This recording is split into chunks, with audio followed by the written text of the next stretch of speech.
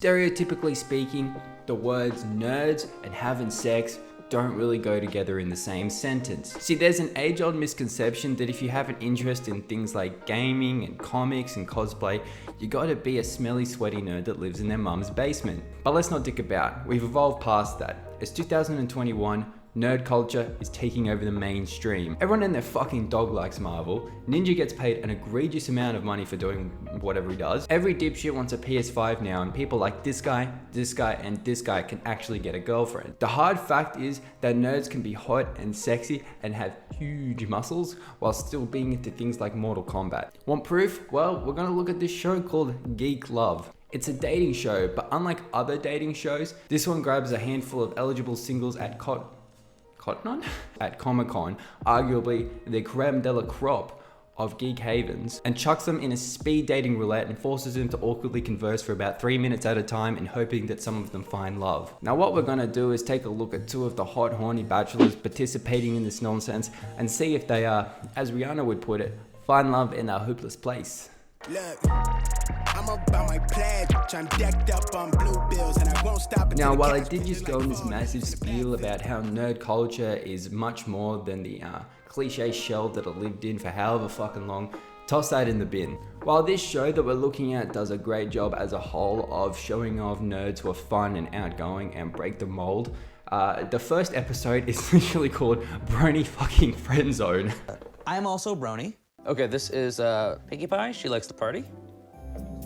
You know, for the first episode, they could have covered literally anyone venturing out to Comic-Con, but they landed on our boy Alex, who's just such a microcosm, yeah, it's a big word, of every geek stereotype. It's to the point of where he feels made up. But when our man Alex isn't indulging in Pinky's Pony Palooza,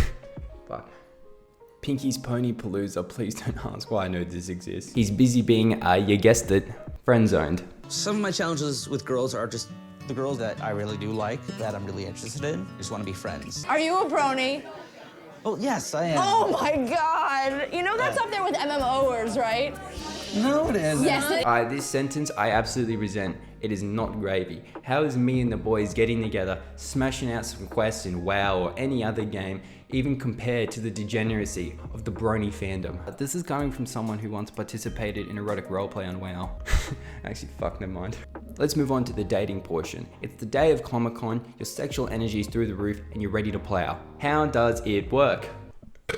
Well, Anakin Skywalker here, I think that's actually him as well, gathers Comic-Con's most available into a room and gives them 3 minutes per person to see if there's any sparks flying.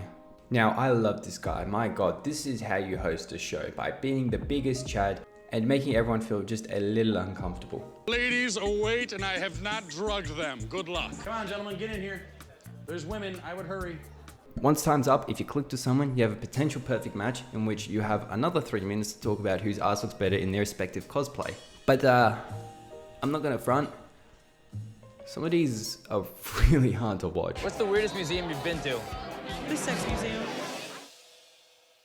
So, how long have you been? So, how are you enjoying Comic-Con so far? What? How are you enjoying Comic-Con so far? I like it. And our man Alex, he finds someone that he likes, but we'll never guess what happens to him. Like, no, guess. She told me after about a minute, basically that she just wanted to be friends. So basically kind of, nothing ever happened, of course. I understand. My man cannot catch a break. He seems like a really genuinely nice guy as well, so like, why don't girls want to be with him? Maybe our next dude has a better chance at love and sex and magic. Now we got Jimmy. Jimmy's a fucking stud, I'm not gonna lie, like, not bad looking. Guys or girls? Ladies. Ladies. Yeah. Ladies, mature women, milfs even. You horny bastard. And he has one prerequisite for love, only one. You gotta like Superman. He's very adamant about this point. Remember this. So you think you're gonna find the female version of you Female version of me? at Comic-Con?